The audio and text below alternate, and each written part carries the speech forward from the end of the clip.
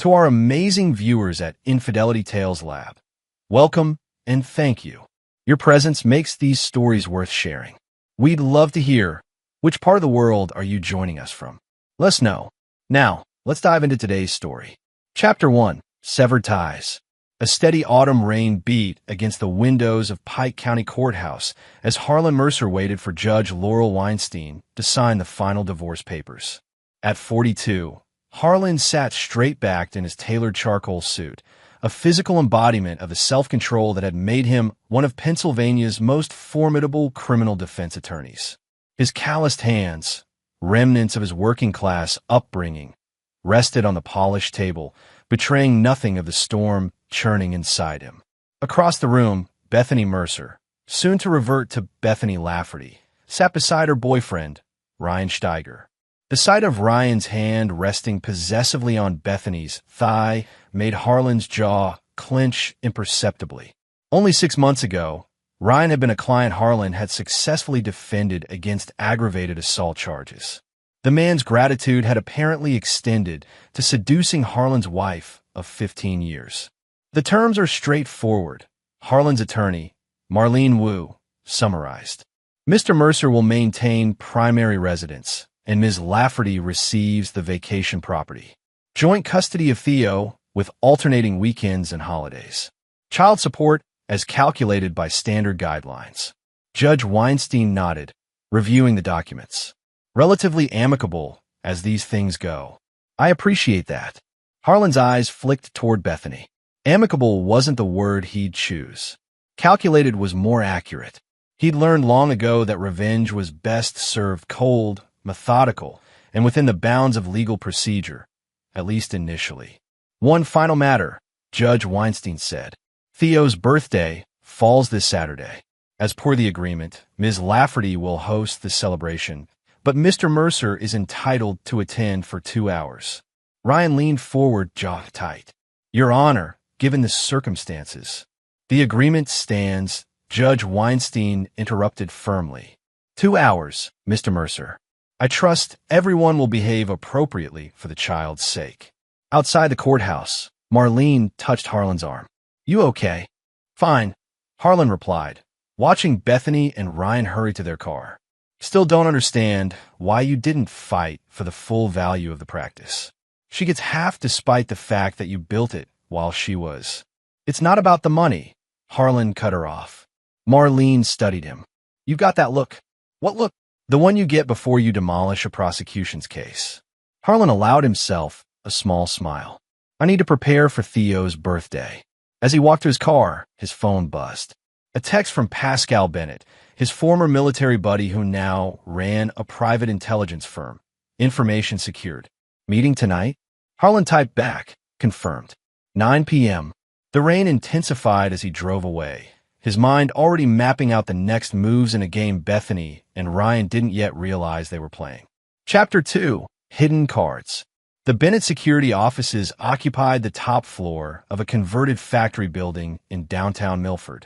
Pascal Bennett greeted Harlan with a firm handshake, his prosthetic right hand cold against Harlan's palm, a souvenir from their final deployment together in Afghanistan. Coffee, Pascal offered, leading Harlan past rows of monitors where analysts worked quietly. Thanks. Harlan settled into a chair in Pascal's office. What did you find?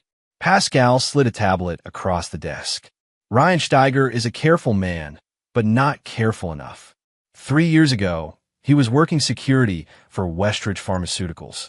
During that time, he developed a side arrangement with Del Mar cartel affiliates, helping them access proprietary formulas. Harlan raised an eyebrow. That wasn't in his criminal record. Because he was never caught, Pascal replied. The company suspected something, but couldn't prove it. They fired him quietly to avoid scandal. That's when he moved to Pike County and eventually became your client. And Bethany? Pascal's expression tightened. She's been planning this for over a year. Found text messages between them dating back 14 months. She's been feeding him information about your cases, your schedule, even your security system. Harlan nodded, his face betraying nothing. The trust fund, untouched, as you suspected.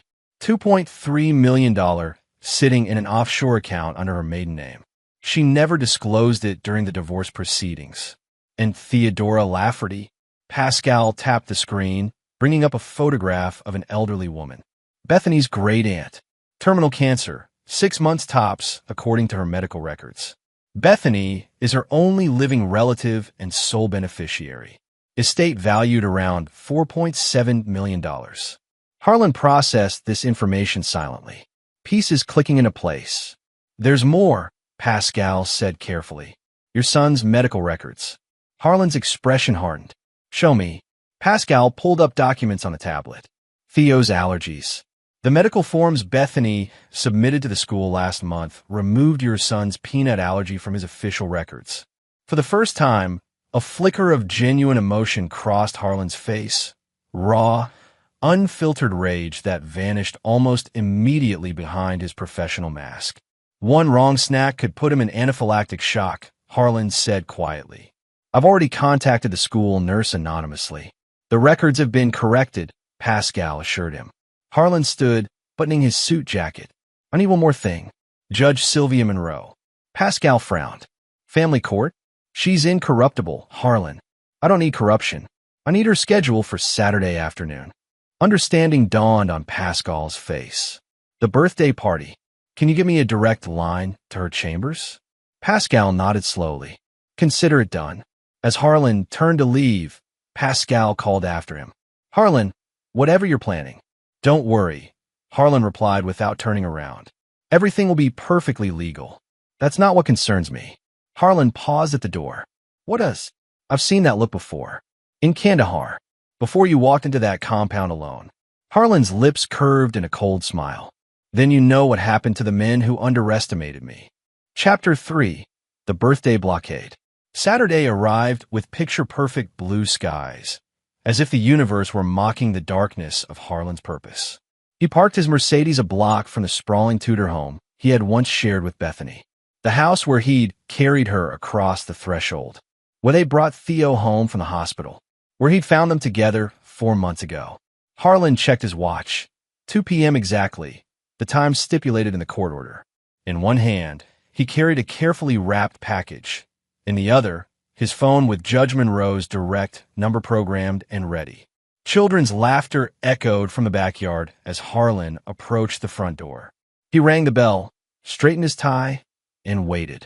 The door swung open to reveal Bethany in a floral sundress, her smile evaporating at the sight of him.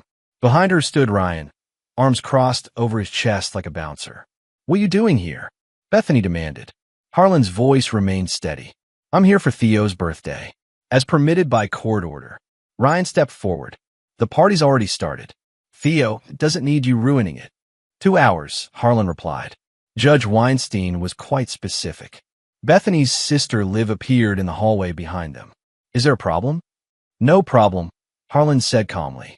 I'm simply exercising my legal right to attend my son's birthday celebration. Ryan positioned himself in the doorway, physically blocking entry. Listen, you pathetic deadbeat, get lost. Nobody wants you here. Bethany stepped closer, her voice dropping to a hiss. You think anyone in there respects you? After what happened? After I left you? You're nothing but a joke to them. Harlan's expression remained impassive. The court order, Bethany. Ryan placed a hand on Harlan's chest. Court order doesn't mean shit here. Try to push past me. See what happens. From the corner of his eye, Harlan noticed 2 security guards, friends of Ryan's from his bouncer days, approaching from the side of the house. Mr. Mercer, one called out. Time to leave. He placed a firm hand on Harlan's shoulder. For a moment, everything balanced on a knife's edge. Harlan could feel the weight of the guard's hand, see the smug triumph in Ryan's eyes, the contempt in Bethany's. Then Harlan did something that visibly unsettled them all. He smiled. Without a word, he placed Theo's gift on the doorstep, turned, and walked calmly back to his car. Once inside, he dialed the number and waited. Judge Monroe, came the crisp answer. Your Honor, this is Harlan Mercer. I apologize for disturbing your weekend, but there's an urgent matter regarding a child welfare concern and violation of court orders that requires immediate attention. 10 minutes later, he watched from his car as Bethany's phone rang. The transformation on her face was visible even from a distance, shock followed by fear. She handed the phone to Ryan, whose expression darkened as he listened. Moments later, Liv came rushing out of the house, face pale as she hurried toward Harlan's car. "What the hell did you just do?" she demanded, her voice trembling. "The judge called and immediately wants to see us. All of us. Today." Harlan stepped out of his car, adjusting his cuffs. "I simply reported a violation of a court order and potential child endangerment." Child endangerment? Are you insane? Removing Theo's peanut allergy from his medical records? Harlan's voice was deadly quiet. "What would you call it?" The color drained from Liv's face. "Bethany wouldn't. Tell her and Ryan to bring Theo to Judge Monroe's chambers in 1 hour. I'll meet you there." Harlan opened his car door. "And Liv, this is just the beginning." Chapter 4. Chambers of Truth. Judge Sylvia Monroe's chambers felt unnaturally quiet for a Saturday afternoon. The typical courthouse bustle was absent, leaving only the soft ticking of an antique wall clock and the occasional rustle of papers as the judge reviewed the documents before her. Harlan sat perfectly still, a statue of patience. Across the room, Bethany repeatedly checked her phone while Ryan fidgeted with his watch. Theo sat between them, playing a game on a tablet, headphones isolating him from the tension saturating the room. Judge Monroe finally looked up, her steel-gray eyes moving deliberately between the parties. At 67, her reputation for no-nonsense justice was legendary in the county. "I've reviewed the evidence Mr. Mercer has provided," she began, her voice carrying the weight of decades on the bench. "Falsification of medical records, violation of custody orders, and what appears to be a pattern of parental alienation." Bethany straightened. "Your Honor, those accusations are documented." Judge Monroe interrupted, holding up a folder.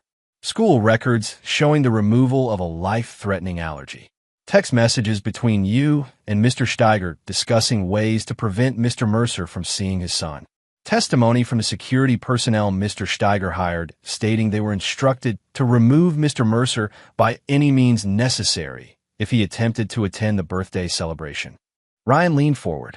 "Judge, I can explain." "Mr. Steiger, you have no legal standing in this matter," Judge Monroe stated flatly. "Your presence here is purely as an observer." The judge turned to Theo, her expression softening.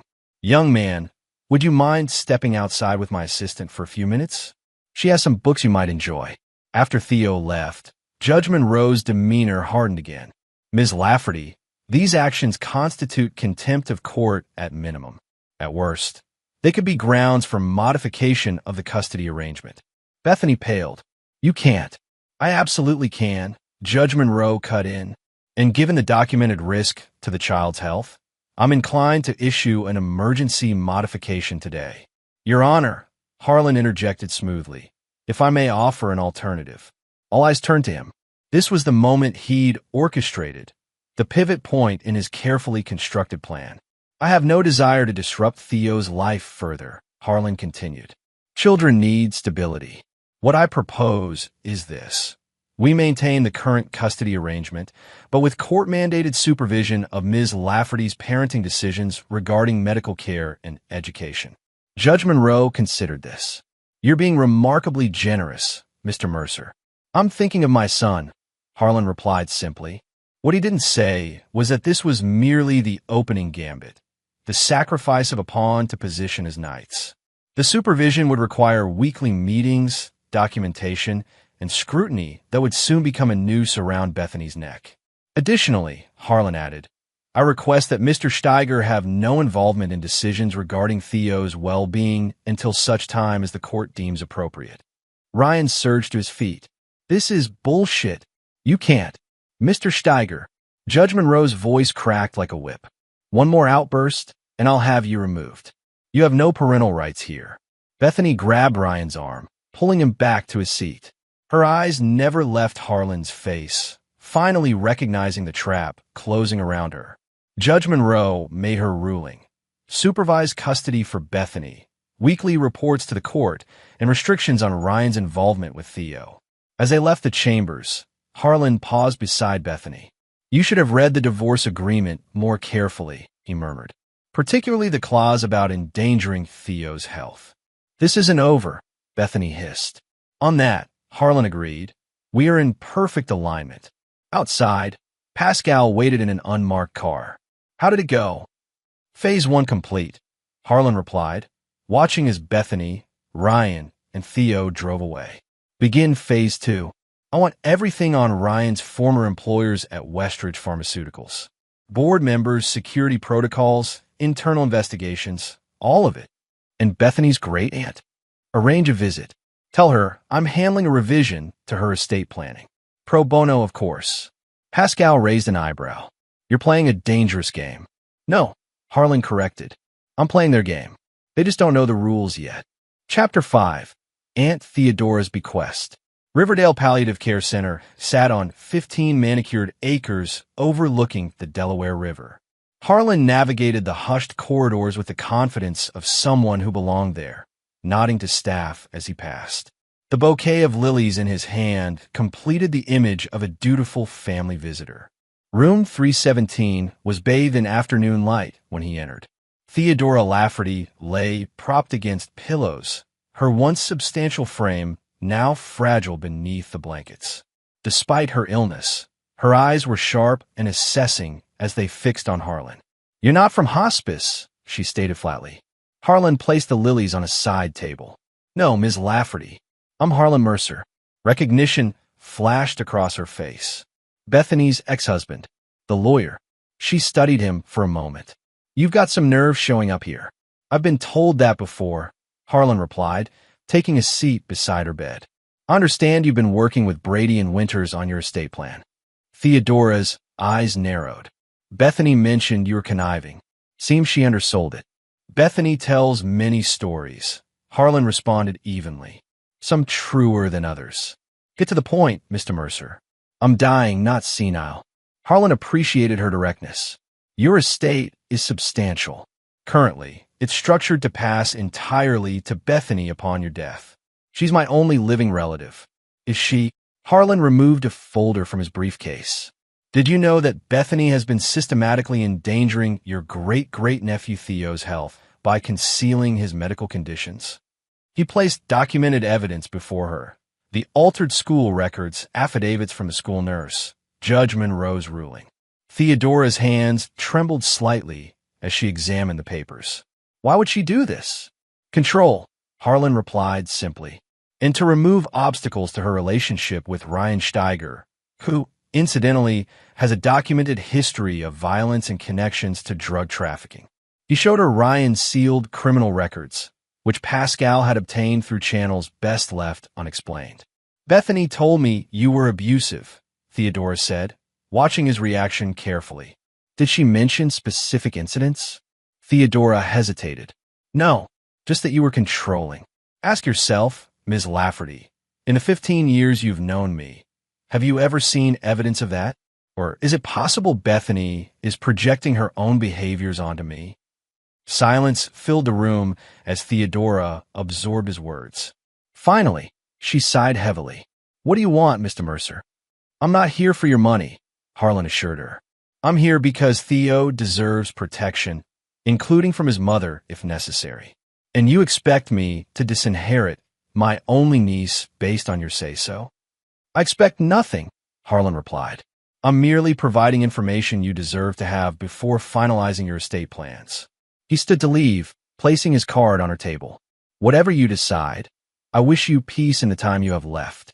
As he reached the door, Theodora called out, Mr. Mercer. He turned.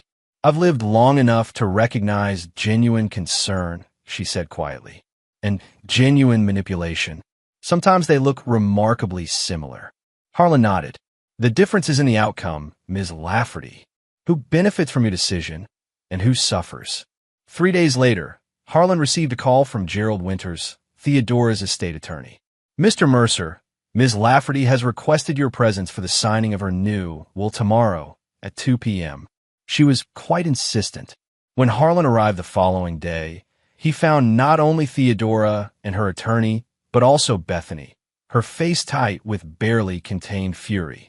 Welcome to our little gathering, Theodora greeted him, her voice stronger than during his previous visit. I made some changes I thought everyone should hear directly. Gerald Winters cleared his throat uncomfortably before reading the new provisions. 20% of the estate to Bethany outright.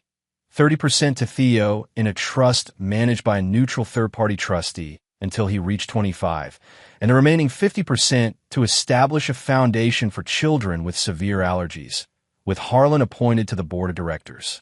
Bethany's composure shattered. You can't be serious. After everything I've done for you.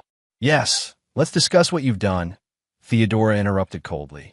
Like telling me Harlan couldn't be bothered to visit when I was hospitalized last year, when in fact you never told him I was ill. Or perhaps how you've been systematically overdosing my pain medication on the days before my cognitive assessments with Dr. Feldman. The room fell silent. Harlan hadn't known about this last detail. His respect for the elderly woman increased substantially.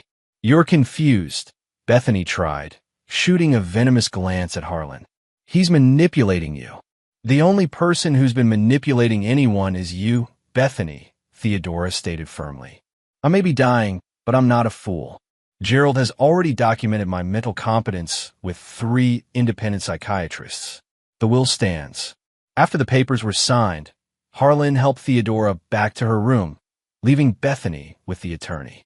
She'll contest it, Theodora said as he adjusted her pillows. She'll lose, Harlan replied confidently. Theodora studied him. You didn't tell me about the medication. I didn't know. But you're not surprised? No, Harlan admitted. I'm not. Theodora patted his hand weakly. You're a dangerous man, Harlan Mercer. I hope my great-nephew has inherited your spine rather than his mother's ethics. As Harlan left the facility, he spotted Bethany in the parking lot, speaking intensely with Ryan on her phone. When she saw Harlan, her expression transformed into pure hatred. Harlan merely nodded politely as he passed. Phase 2 was complete. The financial foundation of Bethany's future was crumbling, and with it, he suspected, Ryan's interest in their relationship. Now was time for Phase 3, dismantling Ryan Steiger himself. Chapter 6, The Westridge Gambit. Westridge Pharmaceuticals' headquarters dominated the Philadelphia skyline, its glass facade reflecting the setting sun as Harlan rode the elevator to the executive floor. The email from Carson Westridge, the company's CEO, had been unexpected but not unwelcome, a perfect piece falling into place. Mr. Mercer, Carson greeted him, rising from behind an imposing desk. At 65, he remained imposingly fit, his handshake firm. Thank you for coming on such short notice. Your message sounded urgent, Harlan replied, taking the offered seat. Carson nodded gravely. 3 days ago, our security team detected an intrusion into our research database. Specifically, our newest cancer treatment protocols, a potential billion-dollar breakthrough. I'm sorry to hear that, but I specialize in criminal defense, not corporate espionage. The breach originated from an IP address associated with Ryan Steiger, Carson stated flatly. Our former security consultant. Harlan kept his expression neutral despite the surge of satisfaction. Pascal had done his job perfectly, leaving digital breadcrumbs that any competent security team would find, but nothing that could be traced back to the actual source. That's quite a coincidence, Harlan remarked carefully. Is it? Carson slid a folder across the desk. Our investigation uncovered communications between Steiger and Del Mar cartel affiliates dating back to his employment here. We believe he's selling our research. Have you contacted the authorities? Not yet. Carson leaned forward. We understand Mr. Steiger is involved with your ex-wife. Harlan raised an eyebrow. You've done your homework. So has your friend, Mr. Bennett. He reached out to us last week with concerns about industrial espionage. Very patriotic of him. The two men regarded each other with mutual understanding. No explicit acknowledgement of the choreographed nature of this encounter was necessary. What exactly are you asking of me, Mr. Westridge? Your expertise in negotiating with the Justice Department, Carson replied smoothly. If we report this directly, it becomes public. Stock prices plummet. Investors panic. If, However, a respected attorney with federal connections helps facilitate a quiet investigation. Harlan nodded slowly. I can make some calls. Arrange a meeting with the appropriate officials. Properly framed, this could be handled with discretion. Excellent. Carson stood. I've taken the liberty of preparing a retainer agreement. As Harlan signed the documents, Carson added casually, "Oh, and we've scheduled a board meeting for next Friday to discuss the situation. Your presence would be appreciated." Friday? Harlan echoed. That's Theo's weekend with his mother. Bring him along, Carson suggested. My grandson is about his age. They could swim in the company pool while we meet. Harlan smiled thinly. That's very thoughtful. I'll need to make arrangements with Bethany, of course. Of course. Later that evening, Harlan called Bethany as required by the new court supervision order. I need to switch weekends with Theo. I have an unavoidable meeting Friday. Absolutely not, Bethany snapped. You know we're taking Theo to Ryan's lake house that weekend. It's been planned for weeks. I understand, but this is a significant client. Perhaps Ryan could. Ryan has already taken time off work, Bethany interrupted. The answer is no, Harlan. I see, Harlan replied evenly. In that case, I'll need to inform Judge Monroe about the change in plans. The supervision order requires disclosure of all overnight trips with Theo, particularly to remote locations. Silence stretched across the line. Fine, Bethany finally hissed. But you'll take him the following weekend instead. Thank you for your flexibility, Harlan responded politely. I'll pick him up Friday at noon. After ending the call, Harlan texted Pascal.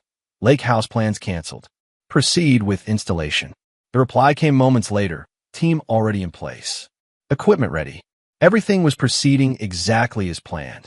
By Friday, Ryan would be meeting with federal agents about the data breach. By Saturday, the lake house would be ready for its purpose. And by Sunday, the final phase would begin. Harlan poured himself 2 fingers of bourbon and raised the glass in a silent toast to the coming storm. Chapter 7. Federal Interest. Friday morning dawned with a thunderstorm that matched the mood inside Ryan Steiger's apartment. Bethany paced the living room while Ryan hurriedly packed a suitcase. I don't understand why you have to go now, Bethany protested, following him into the bedroom.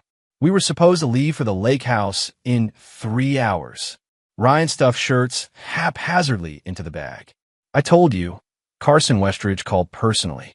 Said there's been a security breach and they need me to consult on the investigation. Why you? You haven't worked there in years. Because I designed part of their security system, Ryan snapped. Look, this could be a huge opportunity. If I help them identify the breach, they might bring me back with a promotion. Bethany's eyes narrowed, and the fact that Harlan suddenly needed to switch weekends with Theo doesn't strike you as suspicious? The timing is just a coincidence. Ryan paused, doubt flickering across his face before he dismissed it. Harlan doesn't even know about my history with Westridge. He's not that connected. You underestimate him, Bethany warned. He's been 2 steps ahead of us since the divorce. Well, I can hardly refuse when the CEO calls personally, can I? Ryan zipped his suitcase closed. Besides, Westridge is talking about a $50,000 consulting fee. We need that money, especially after your aunt's little bombshell. Bethany fell silent at the reminder of Theodore's will. The loss of millions she'd counted on still stung deeply. Fine, she conceded. But I'm telling you, Harlan is behind this somehow. You're paranoid, Ryan replied, checking his watch. I've got to go.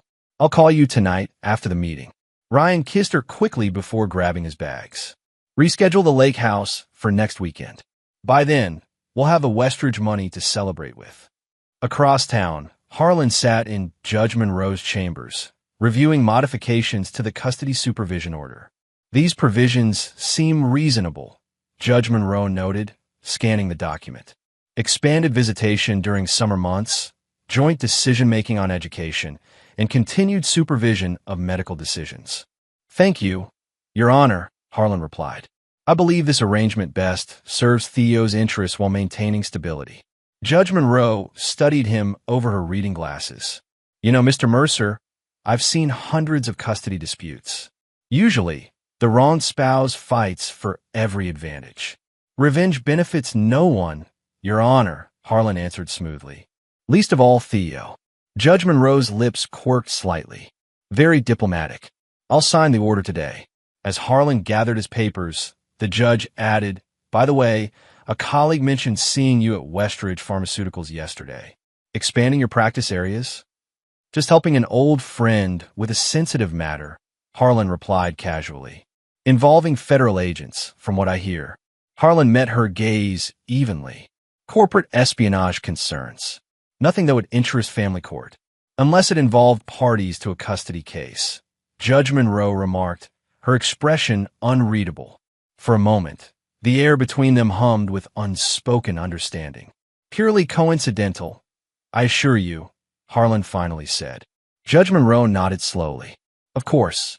Good day, Mr. Mercer. At noon, Harlan picked up Theo from Bethany's house. The boy seemed subdued, clutching his backpack tightly. Looking forward to our weekend? Harlan asked as they drove away. Theo shrugged. Mom said you ruined our lake trip. Did she? Harlan kept his voice neutral. I'm sorry about that, but I have something special planned instead. How would you like to swim a rooftop pool with a view of the whole city? Theo's eyes widened. Really? Really? And afterward, we can have dinner at that dinosaur restaurant you like. By the time they reached the Westridge building, Theo's excitement had overcome his initial reluctance. Carson Westridge greeted them warmly, introducing his grandson Brady before whisking Harlan away to the boardroom. Inside, two serious men in dark suits waited alongside Carson and several board members. Mr. Mercer, these are Agents Delaney and Sawyer from the FBI Cyber Division, Carson explained. Harlan shook their hands. I understand you're investigating a potential data breach. Among other things, Agent Delaney replied grimly. We've been tracking Del Mar cartel movements into pharmaceutical IP theft for months. Your client's situation fits a pattern. The meeting proceeded efficiently, with Harlan guiding the discussion toward a controlled investigation that would protect Westridge's stock value while gathering evidence. As they finalized the approach, Carson's assistant entered with an urgent message. Mr. Steiger has arrived downstairs, she announced. Carson glanced at Harlan. Perfect timing. Shall we proceed as discussed? Harlan nodded. Agents, if you could remain here momentarily, Mr. Westridge, and I will greet Mr. Steiger and bring him up. In the lobby, Ryan's expression morphed from confidence to confusion when he spotted Harlan beside Carson. What the hell is this? Ryan demanded, stopping short. Mr. Steiger. Carson greeted him coldly. Thank you for coming. Mr. Mercer has been advising us on a security matter that appears to involve you. Ryan's eyes darted between them. I don't understand. Perhaps we should continue this conversation upstairs, Harlan suggested smoothly. Federal agents are waiting. The color drained from Ryan's face. Federal? This is some kind of setup. If you've done nothing wrong, you have nothing to fear, Carson stated. Fuck this, Ryan spat, backing away. I'm not falling for whatever game you're playing, Mercer. As Ryan turned to leave, two security guards blocked his path. Mr. Westridge would appreciate your cooperation, sir. Ryan's panicked gaze found Harlan, who simply adjusted his tie calmly. Running would be unwise, Ryan. It tends to imply guilt. Trapped, Ryan had no choice but to follow them to the elevator. As the doors closed, he hissed at Harlan. Bethany was right about you. No, Harlan replied quietly. She wasn't nearly right enough. Chapter 8. Lake House Revelations. The following weekend, Bethany drove alone to Ryan's lake house, her knuckles white on the steering wheel. The past week had been a nightmare. Ryan was under investigation for corporate espionage, released on bail, but facing potential federal charges. His assets were frozen. The promised Westridge consulting fee had evaporated. And somehow, Harlan's fingerprints were all over it, though she couldn't prove anything. She needed time alone to think, to plan their next move. The lakefront property, Ryan's pride and joy, purchased with cash through an LLC to hide it from his previous divorce settlement, would provide the perfect refuge. As Bethany turned onto the private road leading to the house, her phone rang. Unknown number. Hello, Ms. Lafferty? A woman's crisp voice came through the speakers. This is Nurse Wilkins from Riverdale Palliative. I'm afraid I have difficult news. Your Aunt Theodora passed away an hour ago. Bethany pulled over, a complex mixture of grief and calculation washing over her. I understand. Thank you for letting me know. Mr. Winters, her attorney, asked to be notified immediately. He mentioned there would be a reading of the will tomorrow. So soon, it was Ms. Lafferty's explicit instruction. The reading will be at 3 p.m. at Mr. Winters' office. After ending the call, Bethany sat motionless, processing this new development. 20% of Theodore's estate would still be a substantial sum, enough perhaps to cover Ryan's legal expenses. A grim smile crossed her face. Perhaps things were finally turning in their favor. She continued to the lake house, the familiar sight of the rustic cabin usually bringing comfort. Today, however, something felt off. The door was unlocked, though Ryan insisted he'd secured everything before his last visit. Inside, nothing appeared disturbed, yet Bethany couldn't shake the sensation of intrusion. She moved through the rooms cautiously, checking closets and windows. In the master bedroom, she noticed Ryan's laptop on the nightstand. Strange, since he'd taken it to Philadelphia. Curious, she opened it. The screen came to life without requesting a password, another anomaly. The desktop was empty except for a single folder labeled for Bethany.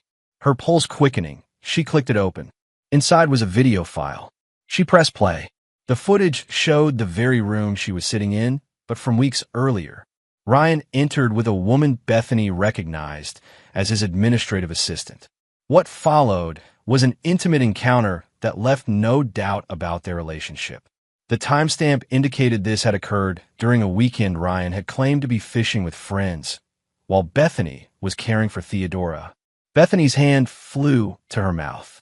As the video continued, the conversation afterward became even more damning.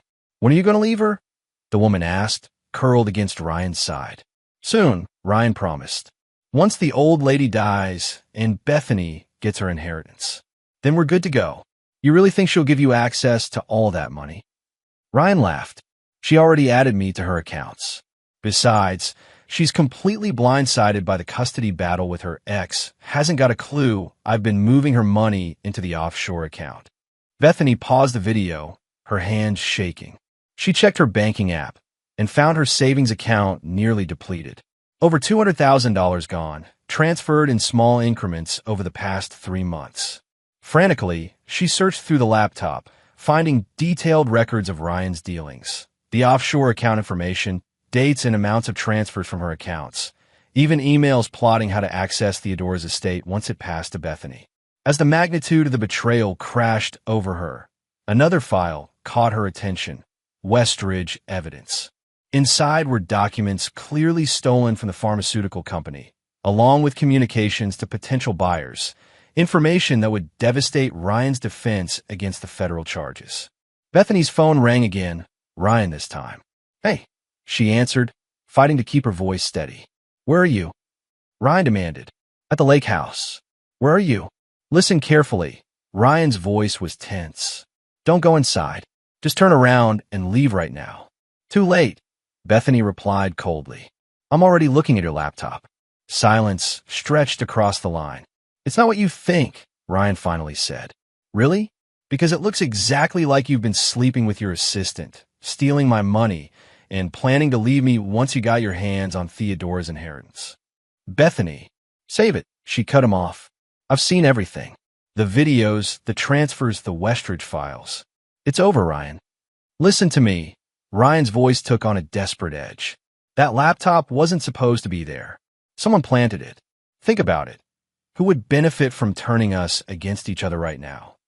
Bethany froze. "Harlan." "Exactly. He's setting us both up. The laptop is probably being tracked right now. Federal agents could be on their way to the lake house as we speak." Bethany looked around frantically. "What do I do?" "Close the laptop. Don't touch anything else. Get out of there now." As Bethany moved to comply, her phone pinged with a text message from an unknown number. "I've forwarded copies of all files to the FBI, Ms. Lafferty. You have approximately 20 minutes before they arrive. I suggest you use that time wisely." "Oh my God," Bethany whispered. "What?" Ryan demanded. She read him the message. "Fuck," Ryan exploded. "This is Harlan's doing. His military buddy Pascal. They're behind all of it. What do we do? Meet me at the bus station. Bring cash, whatever you can grab. We need to disappear for a while. What about Theo? Bethany asked, suddenly remembering her son. Ryan's voice hardened. We don't have time for that now. It's survival mode. Theo's with Harlan this weekend anyway. The casual dismissal of her child struck Bethany like a physical blow. In that moment, everything clarified with terrible clarity. Harlan hadn't just orchestrated their downfall. He'd revealed their true characters in the process. I have to go, she said quietly. I'll see you at the bus station in an hour, Ryan replied. No, Bethany said. You won't. She ended the call and sent a text to the unknown number. Tell Harlan I want to talk. On my terms. The reply came instantly. The coffee shop across from the courthouse. 30 minutes. Chapter 9. Final Judgment. The coffee shop was nearly empty when Bethany arrived. Harlan sat at a corner table, 2 cups steaming before him. He rose politely as she approached, gesturing to the chair across from him. You look tired, he observed as she sat down. Cut the bullshit, Bethany snapped. I know what you did. Harlan sipped his coffee calmly. Which part specifically? All of it. The custody hearing, Aunt Theodora's will, Ryan's federal investigation, the lake house setup.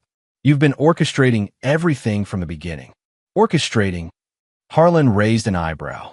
An interesting choice of words. It implies I created something from nothing. You manipulated evidence. Planted that laptop. Did I plant Ryan's infidelity? Harlan asked quietly. Did I force him to steal from you? To conspire against a dying woman? To endanger our son's health by removing his allergy information? Bethany flinched at the last accusation. That was Ryan's idea. He said it would strengthen our case if we could show you were paranoid about Theo's health. And you agreed. I made a mistake, Bethany admitted, her voice breaking slightly. Several mistakes. Harlan studied her, his expression unreadable. What do you want, Bethany? To make a deal. I have information the federal prosecutors will want about Ryan's other activities, his real connection to Del Mar. I can testify against him in exchange for immunity for myself. And she hesitated. Reconsideration of the custody arrangement. Harlan leaned back, regarding her coldly. You believe you deserve another chance with Theo? After everything you've done? I'm his mother, Bethany whispered. Being a mother is more than biology, Harlan replied. It's choices, priorities, sacrifices. I know that now. No, Harlan countered. You know you've lost. There's a difference. He placed a folder on the table between them. These are the terms. Non-negotiable. Bethany opened it with trembling hands. Inside was a complete custody modification granting Harlan full legal and physical custody of Theo. She would have supervised visitation twice monthly. Additionally, she would forfeit all claims to marital assets in exchange for Harlan arranging a plea deal with federal prosecutors. This is fair, Harlan finished for her. Considerably more than fair, given the circumstances. Tears welled in Bethany's eyes. I'll never see my son. You'll see him when it serves his interests, not yours, Harlan corrected. And only when you've demonstrated genuine reform. And if I refuse? Harlan's expression hardened. Then I stop protecting you. The evidence of your involvement in Ryan's schemes goes to prosecutors.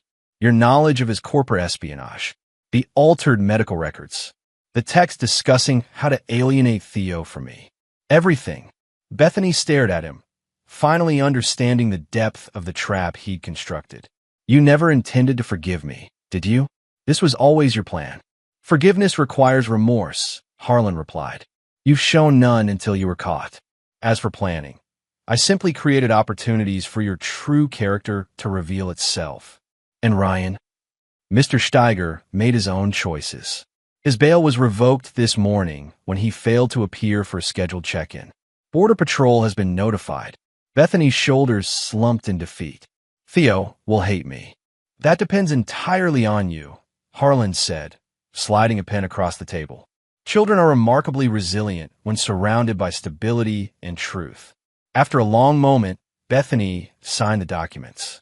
As she rose to leave, she asked quietly, was any of it real? What we had?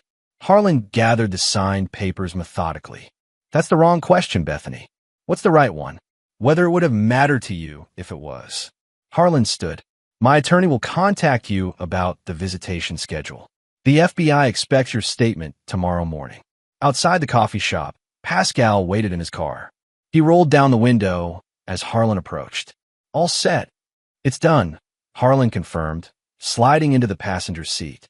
That was quite a game of chess you played, Pascal observed as they pulled away. Harlan gazed out the window at Bethany's diminishing figure. Chess implies equal opponents following established rules. And that's not what this was? No, Harlan replied quietly. This was justice. At home, Harlan found Theo in the backyard, teaching himself to skateboard with determined concentration. Watching his son's focused expression, so similar to his own, Harlan felt the weight of the past months finally beginning to lift. Dad, Theo called, spotting him. Watch this. Harlan smiled, a genuine smile that reached his eyes for the first time in over a year. I'm watching, he called back. I'm right here. As Theo proudly demonstrated his newest trick, Harlan's phone buzzed with a text from Judge Monroe. Custody modification approved. Effective immediately. Harlan slipped the phone back into his pocket without replying. The time for looking backward was over. Whatever came next, recovery, rebuilding, perhaps even redemption for those who earned it, would unfold on his terms. For now, watching his son in the fading afternoon light was judgment enough. And there you have it. Another story comes to an end. What did you think? I'd love to hear your thoughts in the comments below. If you enjoy this story, consider joining our community by subscribing. It means the world to us. For more stories like this one, check out the recommended videos on screen. And I'll see you there.